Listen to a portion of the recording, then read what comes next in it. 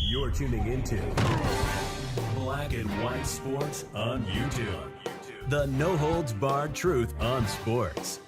The main event starts. All right, Black and White Sports supporters. Well, I think both of these subjects tie together. The off-season plans of the Indiana Fever and Kelsey Mitchell and her potential future. Of course, she finished what? Real high in the MVP voting, all WNBA team. And, of course, she scored out of her mind. With Caitlin Clark being out of the lineup, she got a few more shots. Her scoring went way up. And, of course, she benefited from that. Now, she's putting messages on her Instagram. We'll look at it in just a second. After we get past Chloe Peterson talking to Amber Cox, of course, the general manager of the Fever, addressing this off-season, this highly important off-season. I don't know about you guys, but I feel like if Caitlin Clark would have played, if they would have allowed her, if they would have arranged the playoff roster and just put her name on there, and she was like, oh, wow, we're making it to the semifinals, I think I can do about 85%. I think they win the WNBA championship this year. They would have just won it. Okay? Well, I mean, that team, that Indiana Fever team that was made up of hardships and you know, somebody referred to it as the hospital fever team. They gave the Las Vegas Aces, the champions, all they could stand. Well, the part they couldn't stand would be Caitlin Clark in there dropping threes on their heads. That would be the part they couldn't stand. And we might have been talking about a championship already in her second season. This is the Indy star. Chloe Peterson just put this out. 4 years, which are supermax. I'm starting this into the article. Past all the WNBA lockout crap.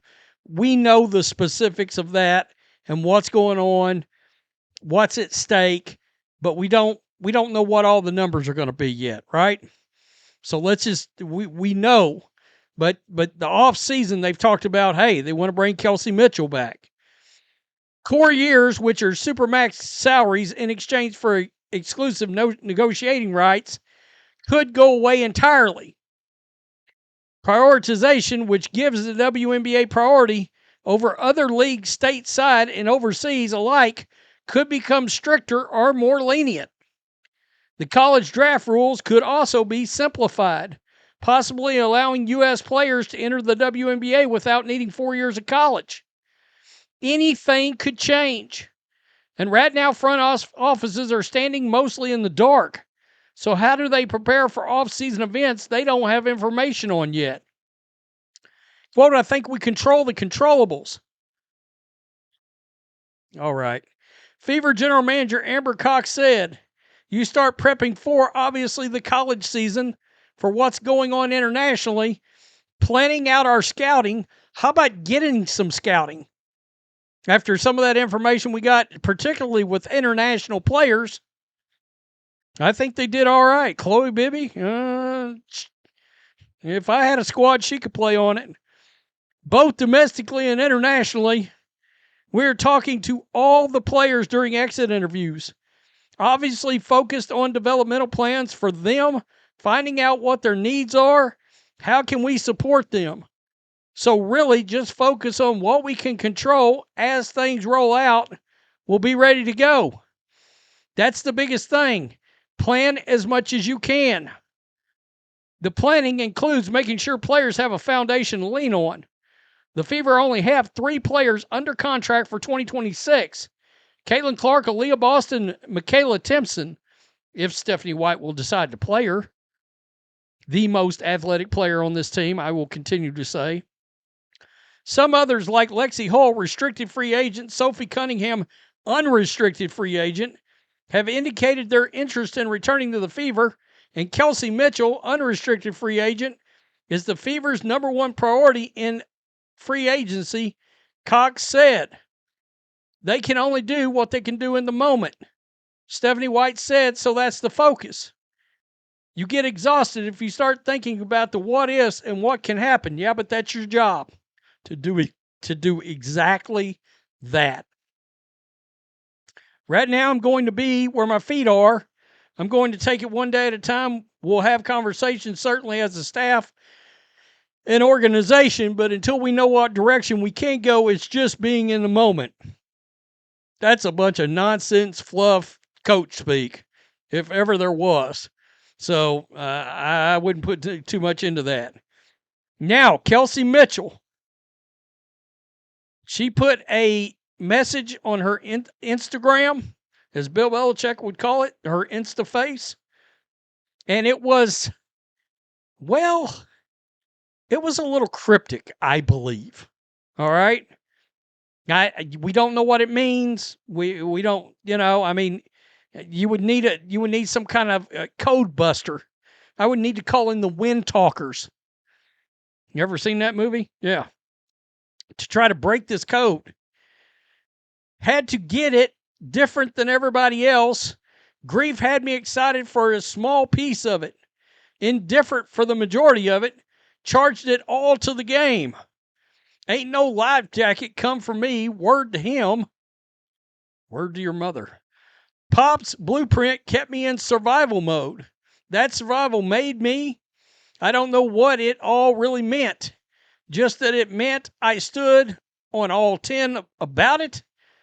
The motto remains shut up and go hunting. 0 gone. Her number is 0, by the way. 0 gone where, though? I think that's the question, and I've said I think there's a good chance she leaves this squad. Now, I know a lot of Fever fans don't want to hear that, but look, if she sits down with her agent, she's going to be like, I just balled out, had all this success, but you're going to lose some of those open looks that you had are going to go to Caitlin Clark when she comes back. And I wonder if she realizes that. And she's like, look, I now know what it's like for me to be the show on a team. And I think we would all disagree whose show this really is. It's Caitlin Clark's show. But she may look at a team like the Portland Fire. She can go there, be their biggest star. She can go to the Chicago Sky, be their biggest star. Even if the other person is still there, the double-double machine. Kelsey, at least on a basketball court, will be the biggest star on that Chicago Sky team, and they badly need scoring. All right? They got rid of Kennedy Carter. Well, who's the other player in the league that can score like Kennedy Carter? Kelsey Mitchell without all the drama. And I don't think Angel stays there anyway. If I had to guess, I'd say the Atlanta Dream.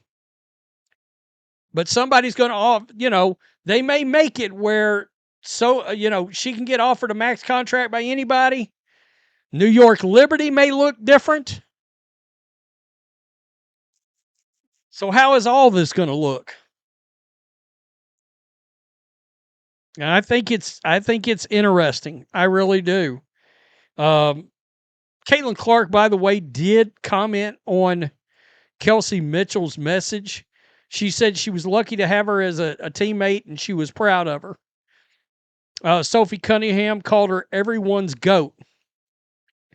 Odyssey Sims said, Lefty, you are the coldest. It was an honor to play with you this season. Love you. Odyssey Sims, a player like that should automatically, you would believe, get a spot on a expansion team. She's earned it.